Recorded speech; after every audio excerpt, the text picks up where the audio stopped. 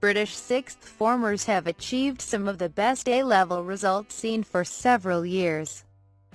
Despite the introduction of tougher exams in England that depressed grades in several popular subjects, including the sciences, driven partly by improved performances among boys nationally, the proportion of students awarded the top A** and A grades rose for the first time since 2011. Overall, the share of papers gaining A or higher passed the 26% mark, up by half a percentage point since 2016.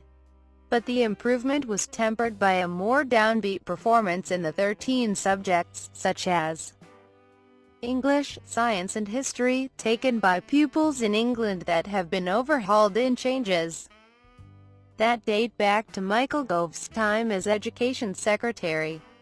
The national figures showed boys outperforming girls in the share of top grades for the first time since the last major A-level reforms in 2002. This year, 26.6% of exam entries for boys across the UK gained S and A*S, compared with 26.1% for girls. Last year, 25.7% of boys were awarded A and A*S, 0.3 points below girls. In England, boys performed better in the changed A-level subjects when it came to the top grades. In those subjects, the results for girls declined significantly compared with previous years.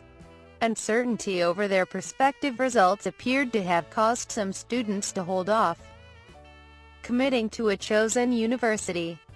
UCAS, the course applications clearinghouse, reported a slower than normal start to the annual acceptance process.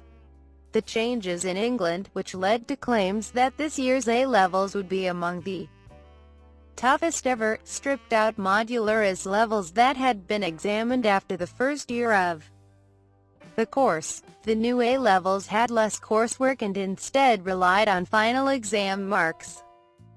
In several subjects, the new content was regarded by teachers as tougher, with subjects such as chemistry and physics having a heavier emphasis on maths. Jeff Barton, the General Secretary of the Association of School and College Leaders, said the changes in exam structure meant pupils now had less guidance in how they were performing. It's the fact that you haven't got a staging post at the end of year 12 or, as you had a few years ago, modules at the end of each term, Barton said. Among the 13 reformed subjects, the proportion of candidates gaining A** and A grades fell, compared with last year's results, dropping to 24.3%, while the proportion of top grades in the non-reformed subjects rose.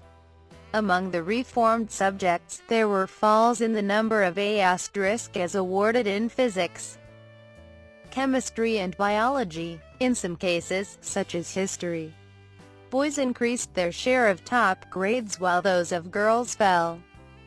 In English, the proportion of students achieving C grades or better fell by almost 3 percentage points. Mark Bedlow, a director of the OCR Examination Board, suggested that the removal of his-level exams meant students were less likely to be filtered out by schools if they were struggling in particular subjects. The changes and the results we are seeing in the reformed subjects year on year are not abnormal and can really be ascribed to changes in students' abilities based on their prior year attainment, Bedlow said. Students in Wales celebrated better than expected results, with the proportion awarded A** C grades rising above 75% for the first time since 2009. The annual process of clearing and adjustment, where students accept offers for undergraduate study from universities or seek new courses, got off to a slow start, with UCAS reporting a 2% fall in the number of acceptances by Thursday morning. The clearinghouse said 416,310 applicants of all types had been accepted into higher education through UCAS, including 26,090 EU students, a fall of 3% compared with 2016. But the number of UK school leavers accepting places was 201,270, the highest number recorded on A-level results day, offset by a fall in applications from mature and part-time students. Claire Marchant, UCAS's chief executive, said the picture was complicated. We are seeing a growing proportion of 18-year-olds going into higher education, and a greater numbers of students from our most deprived communities are securing places. At the same time, we are seeing fewer older students taking places, and a fall in numbers from the EU, Marchant said. The Office for Fair Access pointed to new figures showing that the number of students from disadvantaged backgrounds gaining places had risen again this year. These students have overcome barriers that many others do not face, and I applaud their effort and dedication. They will find that higher education is a rewarding and life-changing experience, as it was for me, said Les Ebden, the head of OFA. Unfortunately, some young people have picked up exam results today that do not reflect their full potential, because they have been held back by socioeconomic or educational disadvantage.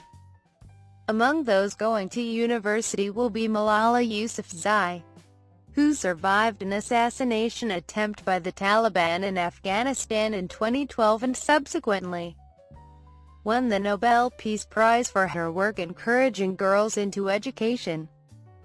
After taking her A-levels at Edgbaston High School for Girls in Birmingham, Yousafzai will study for a degree in philosophy, politics and economics at Oxford University from September.